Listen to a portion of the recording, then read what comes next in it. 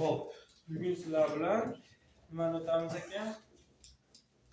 Chekli va cheksiz o'nli kasrlar. Biz o'nli kasrni shundoq qilib hisoblaganmizki, o'nli kasr bo'lishi uchun nima qilish kerak deganman? O'nli kasrga bitta misol aytaylik.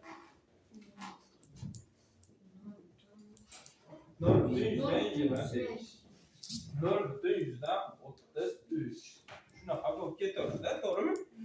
Endi biz chekli va cheksiz davriy o'nli kasrlarni bilib olishimiz kerak. Chekli kasr nima? Cheksiz kasr nima? Cheksiz o'nli kasr degani, birinchisi kasr nima degani edi o'zi? Masalan, 5 taqsim 10 bo'ladigan bo'lsa, bu degani nima degani baholatsa? Bu to'g'ri kasr 5 ni nima qil degan edi? 10 ga bo'l degani, to'g'rimi? Kasr degani bo'l degani. 5 ni 10 ga bo'lsa necha bo'ladi? 5 ni 10 ga bo'lsa 2 bo'ladi. 0,5, ya'ni yarim bo'ladi, to'g'rimi? Yarim bo'ladi. Demak, buni qanday topdik? 5 ni 10 ga bo'lganimizda 5 yetmayapti. 0 berdim. Mana 0 berdim. 50 ni 10 ga bo'lsam nima bo'ldi? 5 bo'ldi. Yoki bo'lmasa 3 taqsim 4 bo'lyapti. 3 taqsim 4 ni nima bo'laman ekan mana? 3 ni nechiga bo'laman? 4 ga bo'laman ekan. 3 ni 4 ga bo'lsam 0 yetmaydi, verib qo'yaman. 30 ichida 4 talidan 7 ta bor. 7 kere 4 28. 2 tushadi. 2 yetami? Yo'q, endi 0 ni berib ketaveraman, to'g'rimi? 0 bo'lsa 75. Demak, 0,75. Demak, bu kasrlar nima bo'lyapti? 75 dan keyin nima bo'lyapti? To'xtayapti. Boshqa son kelamiz, 5 kere 4 20. Qoldiq nima bo'lyapti? 0 bo'lyapti. Lekin qaranglar, 2 taqsim 3 kelyapti. 2 taqsim 3 keladigan bo'lsa qanaqa bo'ladi? Siz ham nima qilavering? Sizga ham tushunadigan, siz ham qarab turing, muslim. 2 taqsim 3 bo'ladigan bo'lsa, demak bu degani 2 ni 3 ga bo'l deyapti menga. 2 ni 3 ga bo'lsam nima bo'lyapti? 2 yetmaydi, 0. 20 ni ichida 3 talidan 6 ta bor. 6 kere 3 18. 2 tushadi. 2 yetmaydi, 0 tushadi. 6 bo'ladi. 18 bo'ladi. 2 tushadi. 6 bo'ladi. 6. Nima bo'lib ketar ekan bu? Cheksiz, ya'ni davriy bo'lib, ba'zi birlarda har xil kelishi mumkin. Hozir menda bu narsa nima bo'lib qoldi? Shunday misol tushib qoldi. Demak, bu narsa mana 7 mana ko'radigan bo'lsam 2 bo'lingan 6 ni ko'radigan bo'lsam, ha? 2 taqsim 6 ni ko'radigan bo'lsam 2 taqsim 6 ni ko'radigan bo'lsam 0, 20 ni ichida 3 ta bor, 18, 2, 20, 3 ketaveryapti yana. To'g'rimi? Shunaqa holat kelyapti. Xo'p, endi men sizlarga qanaqa qilib chekli, qanaqa qilib cheksizligini, ya'ni qanaqa qilib mana 0,5 dan keyin nuqta tushib qoladi. Qanaqa qilib mana 6 dan keyin davom etib ketaveradi. Uni nima bor, nimasi yo'q, oxiri yo'qmi? Oxiri yo'q bo'ladi. Buni sizlarga tushuntirib qo'yaman. Agar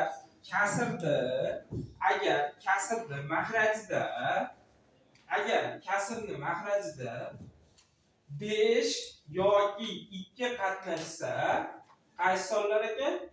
5 yoki 2 qatnashadigan bo'lsa, bu chekli, ya'ni shunda to'xtaydi. Agar 2 yoki 5 dan tashqari boshqa raqam qatnashib qoladigan bo'lsa, bu nima bo'lib qolar ekan? Cheksiz bo'lib qolar ekan. Qaranglar, bizga misol beryapti. 3,40 dan 9. Bundan keyin beryapti 7 taqsim 16. Bundan keyin beryapti 5 taqsim 18. Bundan keyin beryapti 23 taqsim 25. 23 taqsim 25 beryapti. Qaranglar, 40 chekli bo'ladi. Qayerdan chekli bo'lyapti? Qarang. 40 da men e kubga ajratganimda mana qanaqa narsa bor edi. 40 da 5 ko'paytirilgan 8 desam ham bo'larmidi? 8 nechining kubi? 2 ning kubi. Demak, bunda 5 ham qatnashadi, 2 ham qatnashadi. Demak, bu nima ekan Muhammad Aziz? Bu chekli. Chekli bo'ldi. Endi keyingisida 16 midi? 16 edi. 16 edi. Endi 16 ni ko'ryapman. 16 2 ni nechinchisi? 4-chisimi? 4-chisi. Bu ham chekli. Lekin menga aytasizlar, domla 2 ni bunda 5 yo'q-ku deysizlar. 5 yo'q deysizlarmi? To'g'rimi? 5 yo'q desanglar, 5 ta 0-darajasi nechiga teng? Har qanday sonning 0-darajasi 1 ga teng bo'ladi. 0 emas, 1 ga teng bo'ladi. Tushundinglarmi? 1 ga teng bo'ladi. Shuning uchun bu 2 ham 5 ham qatnashadi. Shuning uchun nima bo'lar ekan? Chekli bo'lar ekan. Chekli. Endi 18 ni ko'radigan bo'lsam, 18 teng 2 ko'paytirilgan 9 mi? Endi 2 ko'paytirilgan 9, 2 ko'paytirilgan bu 3 ni kvadrati. 3 qatnashib qolyapti. Shuning uchun bu nima bo'lar ekan? Cheksiz bo'lar ekan. Men sizlarga har doim gapimni nima qilib berganman? Isbotlab berganman. Isbotlab berishim kerak. Domla isbotlab bering deyapsiz.